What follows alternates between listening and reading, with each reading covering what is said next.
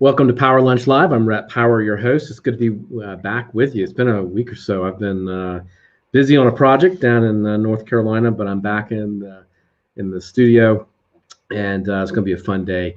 We're going to talk about healthcare today and how there's some changes sort of coming that I think you should know about and think about. Now, the point of Power Lunch Live is to have today's best CEOs, corporate leaders, founders, people who are doing amazing work in the world, authors. We have all kinds of people on the program, but we have people on the program that you can learn from. Typically, how to get better at what you're doing as a founder, CEO, or business leader. But today we're going to sort of change that up a little bit and talk about, like I said, healthcare and health savings accounts and how that world is sort of changing. I've got Jason Bornhorst on the program today. Jason now is a founder, a three-time founder actually, of a company that I want to talk about in just a second. But the program is broadcast on LinkedIn. We're broadcast on Facebook, Twitter. We're broadcasting on lots of different platforms. What I want you to do is, if you can, I want you to interact with us. So get on, type in your question, and put it out there for us to talk about, because I think this is what we're going to talk about today is very important. Jason, as I was talking about, is CEO and co-founder of First Dollar. It's the first healthcare savings account that saves consumers money by helping them find great healthcare at fair prices. Jason's a serial entrepreneur. He is a Forbes 30 under 30 in the healthcare category. He's previously co-founder of Patient.io, which was acquired by athenahealth in 2016. And today we're going to talk about his new company and what they're doing. Jason, welcome to the program. Thank you, Rhett. Awesome to be here. Well, it's good to have you. So, COVID is changed things up a little bit. You guys are about a year old. Half of it has been during COVID. That's a lot different than the other companies you started and having to deal with COVID. How are you guys working? Are you all working remotely? How is that? How did that affect sort of the way you guys work and thought about work? Yeah, I mean, it's been an interesting change for us in a couple of ways. So First Dollar is not even a year old. We raised $5 million in financing, which closed in December. I mean, so literally a month or two before everything changed and kind of melted down. And at that point, we had hired maybe 5 or 6 people, and then COVID happened, and sort of everyone was driven inside, working from home, and basically doubled the size of the team entirely virtually. And so there were people on our team that I had not met in person until actually just recently in the last month or two. Even though everyone's in Austin, Texas, we're all working a couple miles from each other. So that's been an adjustment. I've historically been a kind of everybody in the same room kind of guy. So it's taught me a lot about remote work. I actually do believe that it can work. You'll notice though, we're in an office again. So we've moved to a hybrid situation. And so people work from the office, they work from home, whatever's comfortable for them. And I'm actually finding that to be a plus for our culture. So, all in all, I think COVID's been additive in that way for us. But yeah, a number of changes that it's affected the business. Personally, I have 2 young children. We just had a child sort of right at the tail end of last year. And so brand new company, COVID, haven't seen my folks in like a year, 2 kids at home. So, there's been a lot, right? So, maybe we can get to it, but I'm a big kind of self-game mindfulness kind of guy. So I've really had to tap those resources this past year for sure. Yeah. I imagine so. That's on the trifecta of things to deal with in life. But what doesn't kill you makes you stronger, I think. So they say. So the saying goes. I do want to get into the company in a minute, but in terms of culture, I'm fascinated by culture. How was the onboarding process when you onboarded people during COVID? How did you handle that as a sort of CEO and building a new company? Yeah, so a lot of in-person type of stuff. We're still small enough that all of onboarding, kind of the process changes with every new hire, because the moment you try to make a standardized deck or process, something changes. So a lot of kind of in-person virtual stuff. And I didn't think it was altogether that odd, given that everybody was home anyway. And so what was really interesting with COVID is the entire world adjusted at basically the same time. And so even things like onboarding, sales, the type of stuff you traditionally like, oh my God, I got to be in person, has adjusted reasonably well. I have found though that the fatigue is setting in. I think after the last couple months, I think, at least in my opinion, there's a contingent of folks that are ready to sort of do things in a more traditional basis. At the end of the day, we're humans, and it's useful to do really human activities like building companies with as much sort of information as one can get, and at times over a screen that can be limiting. No, fatigue is definitely set in. Yeah. Totally. I was just on the first trip in 8 months to work on this consulting thing, and it was refreshing to be in an office. It was refreshing to sit down in a restaurant. I mean, it really was, and I know it was risky, but at the same time, I'm a people person, so it was good to have that energy, right? And actually speaking in front of people again was really nice, when it was real. So let's get into what you're doing now.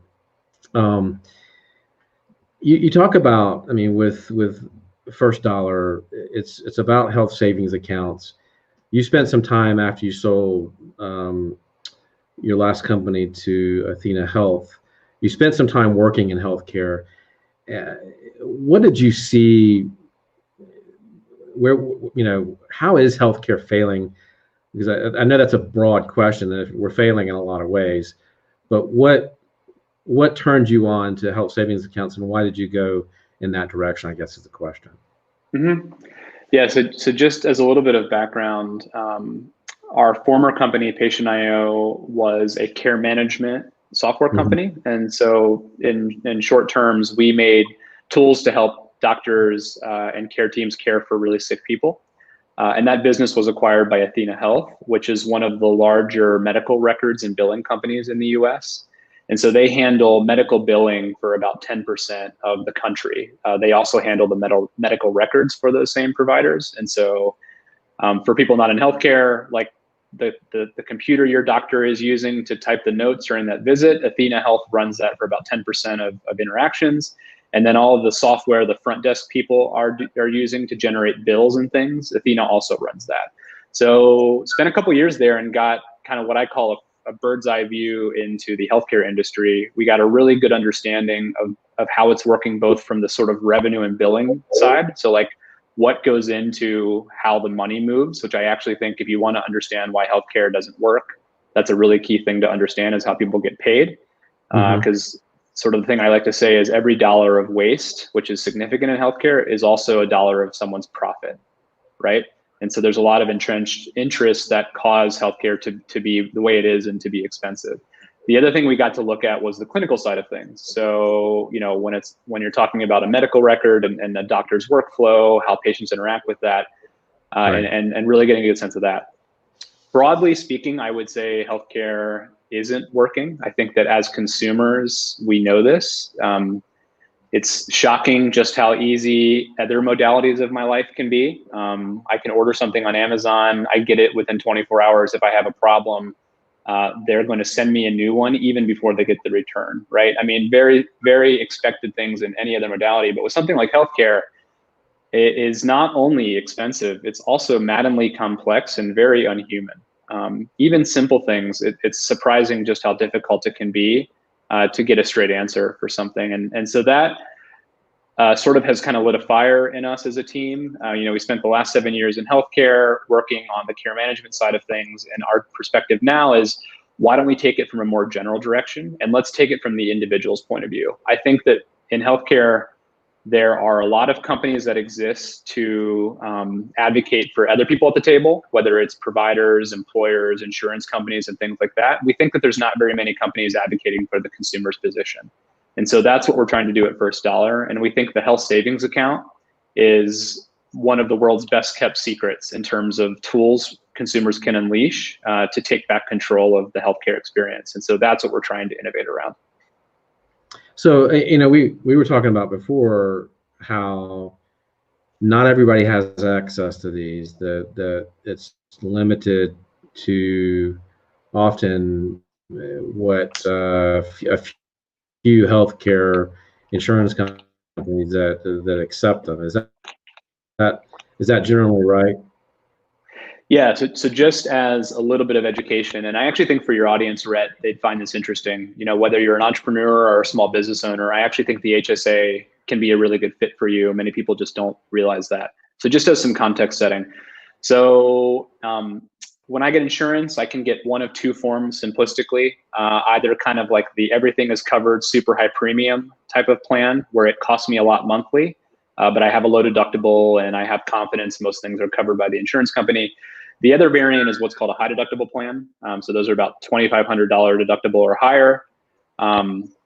Those are much cheaper premiums, but I have to pay for this deductible. And one of the tools that I can use to afford that deductible is a health savings account. Right. So a good percentage of those plans are HSA eligible, which means in the eyes of the IRS, I can open up this really awesome savings account and I can put money away completely tax-free for any healthcare expenditure. And this is really interesting because the average young person is expected to incur about $300,000 of out-of-pocket health cost in a lifetime. And in fact, the healthier you are, the more that cost is going to be because you're going to live longer, right? And so I think the HSA is a fantastic tool to begin not only paying for health on a day-to-day basis, but preparing for this cost over a lifetime. And so the trick here is if you're a young, healthy person, it's probably in your best interest to buy a low premium health plan. You're not seeing the doctor, so you shouldn't be giving a ton of money to an insurance company for a health plan you're not using. And instead, put that money into a health savings account. It comes in tax-free. You can invest it tax-free, and you can buy healthcare tax-free. So it's completely tax-free. And in this way, it's actually better than a 401k. And so if you're maxing your 401k, or you're contributing to it, I would make a strong argument that you should be contributing to the HSA first because it's even better. And so these are just some of the reasons why we think this is like the secret in plain sight, if you will, for many people, because I think it can be quite powerful if folks just realize what it is. Okay, so a couple big questions that came out of that, a lot to unpack there. So when is it going to be available? When do you think? I mean, we were talking about some legislation that's in process. When do you think these health savings accounts?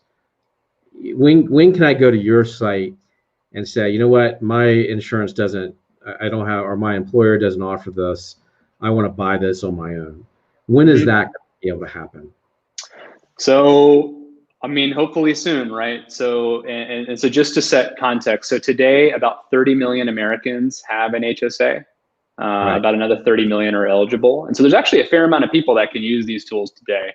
And those folks can go to firstdollar.com right now, sign up and be on their way. There is a number of legislation moving through that's been talking about expanding HSA applicability to all Americans. Now, is that a state level thing now, or it's a federal level? Is this a federal issue or more of a state issue? It's still, so this has been moving through for years, right? So, I think with the latest shakeup in politics and with healthcare costs continue to rise, I think the likelihood of it passing continues to get higher. But if something like that were to pass, the opportunity here is any American, whether you have a HSA eligible plan or not, could open up an HSA in much the same way I can open up a checking account. And that would allow you to put money away pre-tax for healthcare, which, I think regardless of your politics around healthcare, that would be an amazing tool for anybody as they approach and save for their healthcare costs. So yeah, I mean, if I'm an entrepreneur, I can open up a SEP IRA, right? I have a lot of flexibility in accounts like that. So it makes sense to me that I should be able to open up because I'm already paying my own health insurance anyway, right? So I should be able to do this because guaranteed I'm going to have some healthcare costs. Yeah, and it seems like, from the government's perspective, I say this lightly, but such an easy thing to do is to let people put money away tax-free for the healthcare burden that every American faces today. And so certainly we as a company are bullish on something like that happening. Well, I mean, aren't healthcare costs still the number one reason why you go bankrupt and file bankruptcy? Because I think GoFundMe, I think a third of their campaigns are people raising money for out-of-pocket healthcare expenses, just to give you a sense. That's wrong to me. Yeah, I think if I get this number right, I think 20% of GDP in America is related to healthcare costs. So like 20 cents out of every dollar in productivity is going into the healthcare industry, just to give you a sense. Is there any, so I talk to my kids all the time, and we talk about savings and compound interest and all that stuff. Do you sort of envision a time where, I come out of college, and I can start just like I start investing, or I start putting money away for, and trying to grow money for retirement. You ever envision a time where you sort of do this and there's compound interest involved and it grows kind of like a bank account or a saving? Like, I mean, is that the intent of it, that it grows in that way? Yeah, totally. And so what you can do in an HSA account is it's not just totally tax-free, but you can also invest those funds.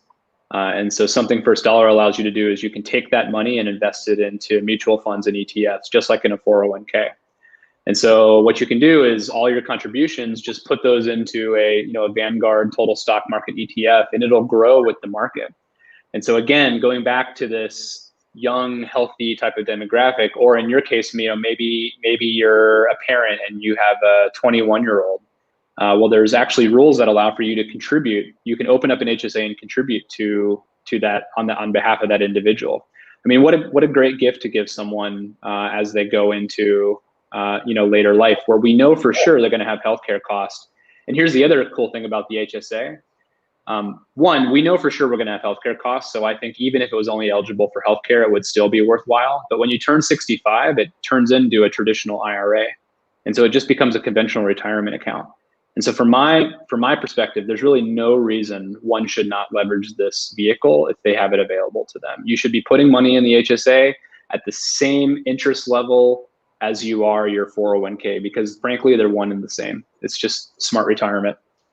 Right. And you could actually, I love the idea of starting it for your kid. I mean, you could start it for your kids now, right? Now, can you draw out of that? Let's say as a parent, I have a 14-year-old or 15-year-old, right? Can you withdraw that money as healthcare costs come up?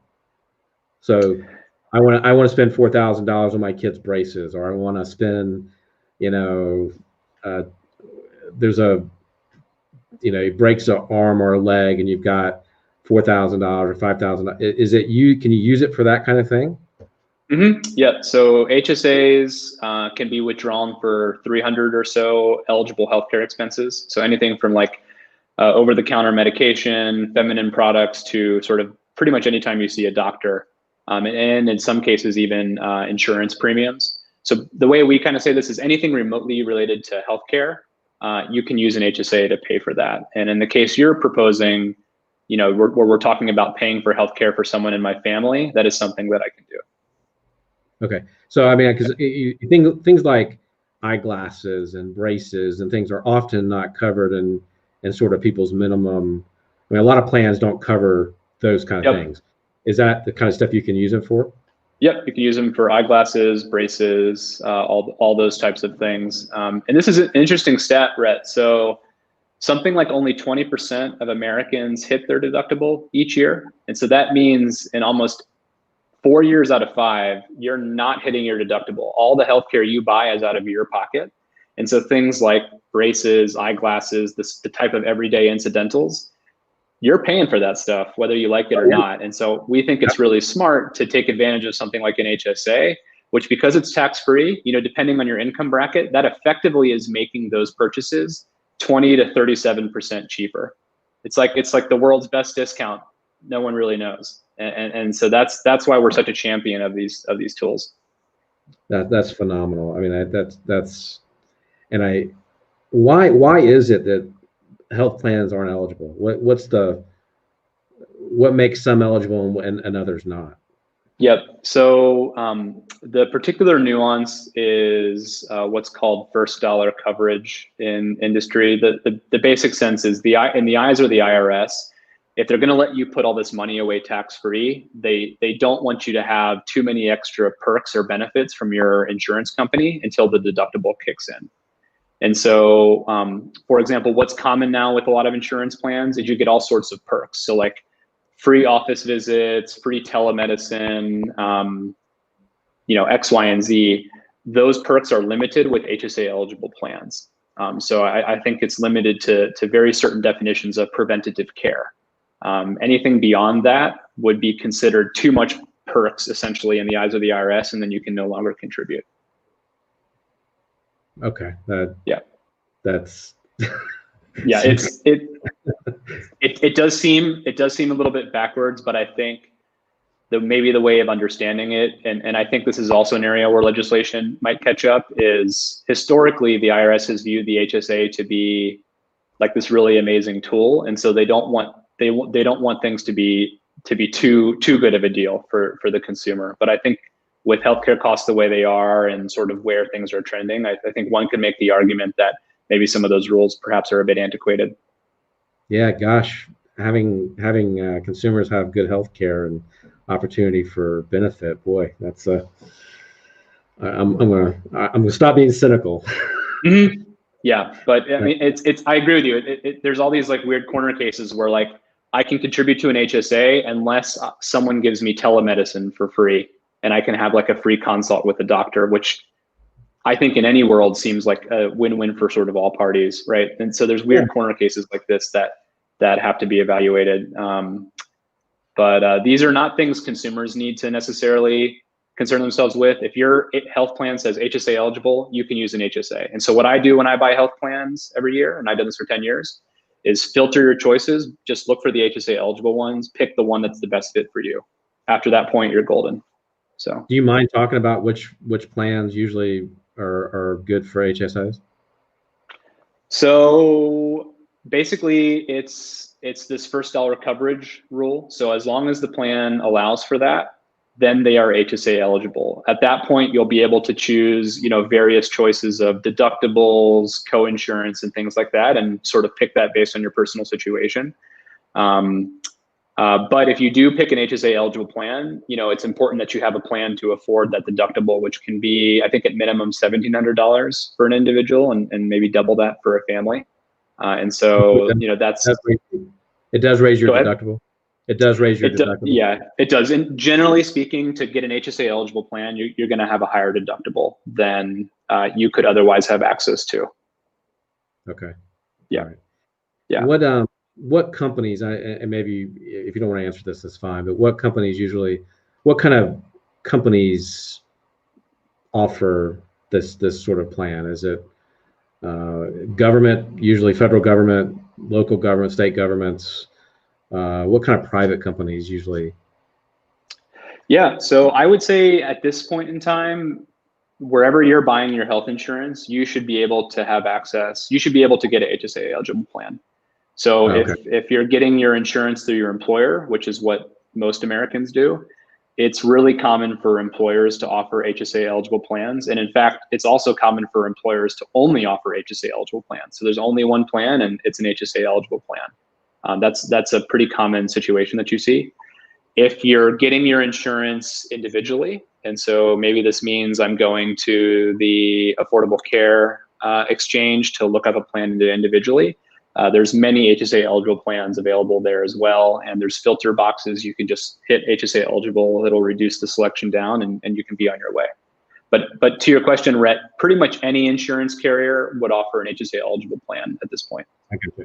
But I bet people most of the time, my gut feeling says you look at deductibles and probably office visits, and you look at a few of those kind of criteria, you probably pick your plan based on your deductible and the amount you're going to have to pay on a monthly basis. So I guess that's probably where you get most buying decisions, sort of in that sort of area, I would imagine.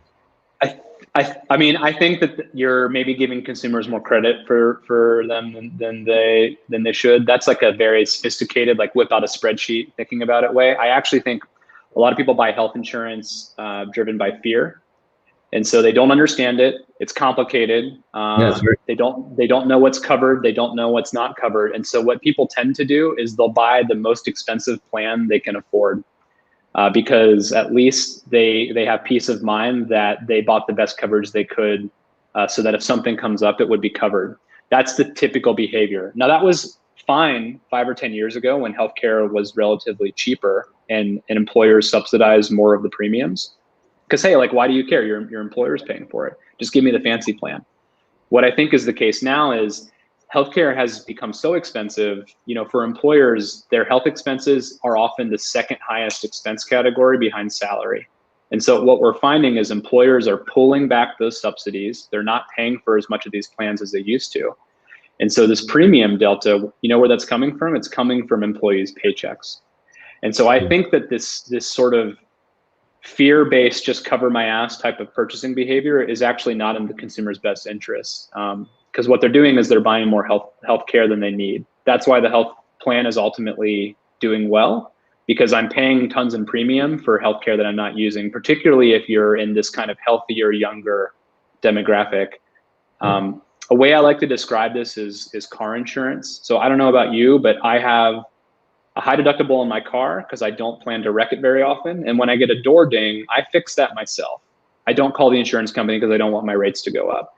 I think that one should think about healthcare in a similar way. If you take the time to learn about it, it doesn't have to be so scary, and you're going to come out way farther ahead using things like a health savings account. Okay, that's great advice. I mean, really. So, based on the economy, with what's going on with politics and even I mean, I think the Affordable Care Act is sort of under threat. Is that going to change things? Is that make it harder for people to want to put money away? I mean, there's less disposable income. I mean, do you see that any sort of impacting this business? So I think healthcare in the US will sort of go one of two directions. The sort of current trajectory, kind of the more Republican-oriented view, if you will, is one of individual responsibility. And so things like the HSA are like part and parcel to health plans, right? So like, let's empower consumers with an HSA so they can afford and save for their deductible. And let's have healthcare continue to be generally offered by employers. And we'll let the sort of private market figure it out. Now, I think that has worked in some capacity, but also caused a lot of problems, right? Certainly we're in the bind that we are for various reasons. A lot of it has to do with employer provided healthcare. But that's sort of the Republican trajectory. The more Democratic trajectory is one of healthcare is a human right, and this is something everyone should have access to just by nature of being a citizen of the United States. And that's where you see things like the public option, Medicare for all, Medicaid expansion, those types of things being contemplated. We as a business stand for both. We think both of those things are amazing. We're one where more healthcare and more tools to afford it are great things, and we should see more of that as a country. And in the case of Medicare for all, I actually think that it would be unlikely for that to be passed with no deductible. I think for just pure affordability reasons, there will probably be some deductible associated with Medicare for all. So like, even if I have access to free healthcare from the country, maybe the first $1,000 has to come out of my pocket as a general affordability tool. That's where I think the HSA can fit perfectly. And so I think, depending either direction, I feel like there's a lot of prospects for this business, which has a lot of parallels to prospects for the consumer. Remember, we have rallied ourselves around consumer control and wealth. And so the more tools that they get, the better off we do, and so on and so forth. So. Okay. Well, I've picked your brain a lot about these plans, and I appreciate that. I appreciate you tolerating those questions, because I think it's a really important thing, and a really interesting I mean, I think it's very fascinating that these exist and that more people can take advantage. I mean, I'm amazed 30 million people can take advantage of them now. So what, this is your third company. I'd call you a serial entrepreneur at this point. Talk about raising money. I mean, building a business right now. You've raised some significant capital to launch this company. Talk about that a little bit and that process and where that is and sort of where you are in that side of the business.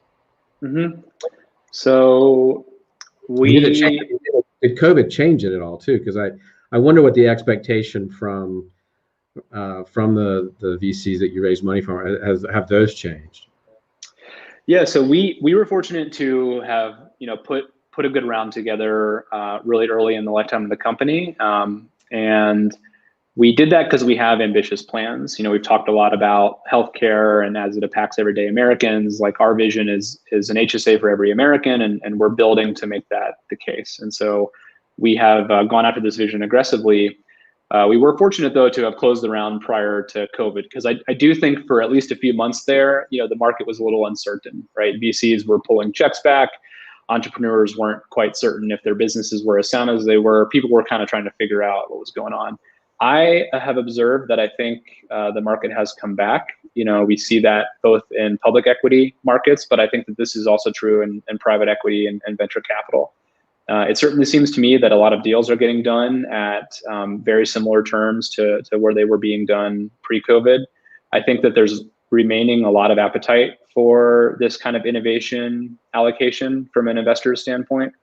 And, part of that is that's just the nature of where returns are today, especially with interest rates so low. To use the phrase, there just is not many other alternatives. And so you see that both with public equities rising in value, but also this is also true for small companies and venture capital type of things. I also think, just to kind of bring it into advice for entrepreneurs, I feel that there is a lot more capital seeking deals than there are competent entrepreneurs to invest in. And so I actually think, right, look, it is, I think, harder if you're a first-time entrepreneur. You got to prove yourself, right? It can't just be a pitch deck. You got to actually make something investable. But once you get to that stage, I actually think you have a huge asset on your hands, and people need to remember that as they go out into the fundraising mode. So, when you say investable product, what do you mean?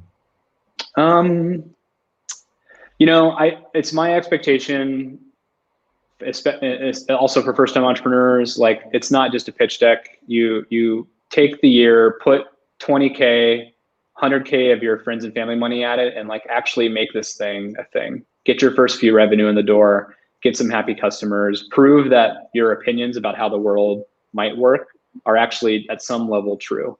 I think that that's a necessary part as you put together a fundraising process. Makes sense. Yeah. And do you think that that's what, I mean, that's clearly what you think VCs are looking, or money's looking for, but do you need a team? I mean, what else are they looking for right now? I mean, what else helps you sort of go down that path? I mean, is your team, I mean, are there any added things that, I guess my question is there a new element that they're looking for now? Yeah. More than they were before, maybe. I do think that the team is an important part. Like if you can't convince people to join you at the earliest stages, how are you going to convince, a customer to pay you money, or an investor to invest in you, or any of the sales that you might need to do? And I do think that continues to be an important thing for VCs to look for, especially now with technology becoming so advanced. It's actually quite easy to start a company. Like the blocking and tackling of the various technology things I need to create an app, or for example, are reasonably there. The second stage of like actually getting people to care about you and to use it has become quite harder. And so I think that's where like that first year of really making it happen is an important thing as VCs look for. Okay. Yeah. Fair enough. That's great advice. Yeah. So, what are you excited about right now? What on the market, aside from your business, are you really excited about right now? What scares you? Yeah. So, all right, here's something I'm excited about. So there has been an explosion in direct-to-consumer healthcare providers in the last couple of years, and that has me really excited. So, and this has been accelerated with COVID, by the way. And so now it's way more common to dial up a provider on telemedicine and do it over my computer than it is to go in the office and wear a mask and risk being exposed. And so that has accelerated the trend. And also, it's just become a lot easier for startup companies to offer medical care over the internet. And so now, telemedicine isn't just consults for a stuffy nose. Like, short of breaking my leg, I can get just about any kind of medical care delivered over my computer as is reasonable. Like, certainly there are some modalities where, I obviously have to be with the provider, they have to inspect me physically, but for many, many things, that's not actually the case. And there's been tons of really cool companies that have sprung up to fill that niche. I think that's pretty cool. There's a health equity thing in that I really like too, right? Where it's going to make it more accessible to people who may not had the opportunity to see somebody. Totally. And so we're trying to capitalize on this at First Dollar. In addition to making the world's best HSA, another thing we think is really important is, hey, if you're going to have to cover the first $1,500 out of your pocket, your deductible, we think that you need tools to help you figure out what to buy. That's what we're trying to do at First Dollar. And so one thing that exists on our product is a marketplace of sorts. So all this amazing explosion of D2C healthcare, we've been curating it and indexing it for our users. So if I need eyeglasses, we're going to give you a review of all the best vendors with prices so you can go make that choice. If you're having some mental health issues, we're going to review all the mental health providers and allow you to click and start an appointment and get a consult within 30 minutes for $49 for a price tag that sounds really attractive. And in many cases, this online direct-to-consumer care is in fact cheaper than the options I have available to me just kind of walking down the street traditionally to a provider's office. And yeah, I'm totally with you, Rhett. I'm like a kind of a free market kind of guy in this capacity. I feel like the moment healthcare becomes transparent, so we know prices with tools for people to shop it, like that's ultimately the force that's going to cause it to become more efficient. One of the reasons it's so expensive is because this marketplace does not exist. Prices are not known. The people that pay for it, insurance companies, are different than the people that get the care, patients. And until you sort of correct some of these pricing inefficiencies, you're going to continue to have this cost problem. And so that's what is super interesting to us. Yeah. So what are you scared about? What are you worried about?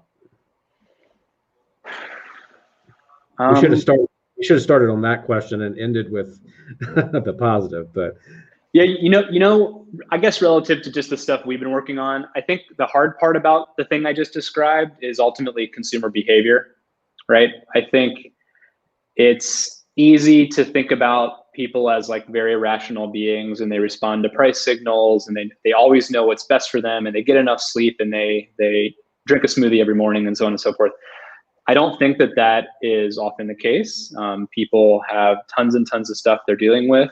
And when it comes down to it, if I'm trying to pay rent and keep food on the table, things like funding my HSA or getting healthcare and so forth, they're just not front of mind, as they probably shouldn't be, right? Those are more high priority type of issues, especially with COVID, with tens of millions unemployed. This is a problem in the country this year. And so I think as we think about our business and the types of things we're trying to help people to do, it's useful for us always to keep that top of mind, that people have lives. They have a lot of other things they think are important. Healthcare is just one of them. And so this sort of underlines the need to make HSAs even more accessible and easy, right? Like, Rhett, we've been talking for 40 minutes about all the ins and outs of HSAs. Well, for the typical person, tell it to me in 10 seconds and make it easy. Just give me the button to click, right? I think that is really useful advice that we try to take to mind as we work on what we do.